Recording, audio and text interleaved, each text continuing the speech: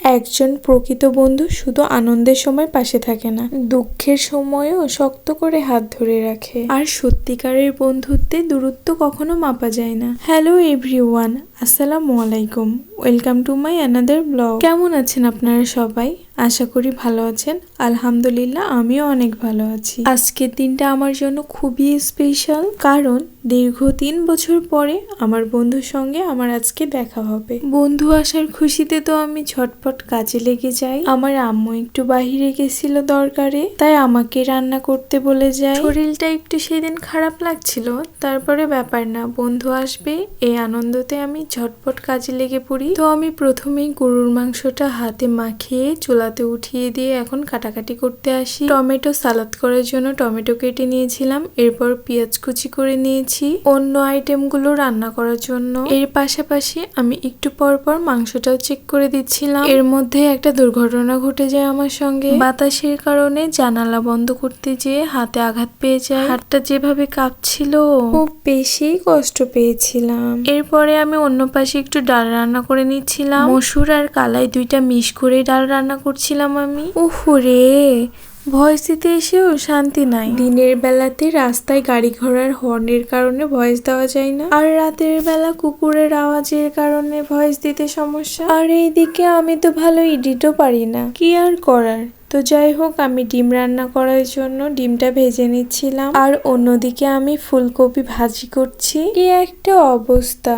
ফুলকপি ভাজি করতে গিয়ে দেখি হলুদ নাই। বয়ামের গায়ে যতটুকু হলুদের গুঁড়ো ছিল ঝেড়ে ঝুড়ে দিয়ে দিলাম। আমি টমেটো দিয়ে ডিমগুলো ভুনা করে নিচ্ছিলাম। আমার রান্না প্রায় শেষের দিকে।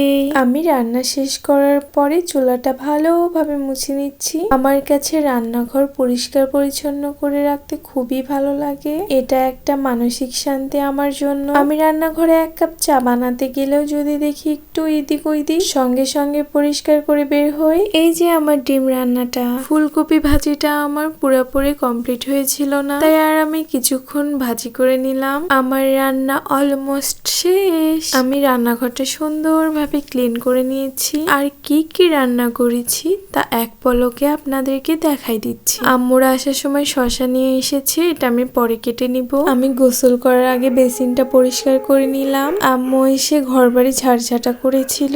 এই যে আমি শাওয়ার নিয়ে বের হয়ে গেছি।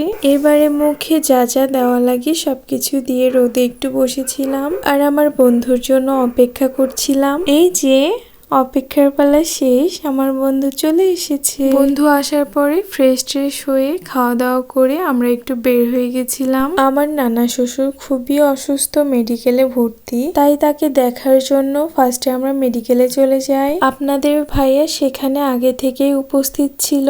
কিছুক্ষণ মেডিকেলে থাকার পরে হাতে সময় থাকায় আমরা সিএনবির মোড়ে চলে আসি 1 কাপ চা খেতে খেতে আড্ডা দেওয়ার জন্য। এতদিন পরে বন্ধুর সঙ্গে দেখা, তাই জমানো যত গল্প সব গল্প করছিলাম। আড্ডা দেওয়া শেষ করে পাশেই দেখি মেলা হচ্ছিল, তাই ঢুকে গেলাম মেলাটা ঘুরে ঘুরে দেখার জন্য। স্টল গুলো আমার মোটেও ভালো লাগেনি, তাই চলে আসলাম ফুলের এই দোকানগুলোর সাইডে। অনেক সুন্দর সুন্দর হরেক রকমের গোলাপের গাছ ছিল, যেটা দেখছিলাম ওইটাই ভাল লাগছিল। এই সুন্দর সুন্দর ফুলগুলোর সঙ্গে আমার বন্ধু আমাকে ভিডিও করে দিচ্ছিল। আমার বন্ধু কিন্তু একসময় রাজশাহীতেই থাকতো, যদিও এখন সে ঢাকাতে থাকে। সে যখন রাজশাহীতে থাকতো তখন আমি থাকতাম আমার গ্রামের বাসায়, আর তার সাথে আমার পরিচয় হয় ফেসবুকের মাধ্যমে। আর আমার গ্রামের বাসার এলাকায় তার মামা চাকরি করত, আর সেখানেই আমাদের দেখা হয়। তখন ছিল 2018 সাল। পুরা 7-8 বছর থেকে তার সাথে আমার ফ্রেন্ডশিপ। সে কিন্তু আমার বয়সে বড়, কিন্তু তারপরে আমরা এত ফ্রেন্ডলি, তুই তাকার করে কথা বলি। বন্ধু মানে একটা সম্পর্কই নয়, এটা হলো আত্মার মিলন, নিঃস্বার্থ ভালোবাসা, আর জীবনের এক অবিচ্ছেদ্য অংশ।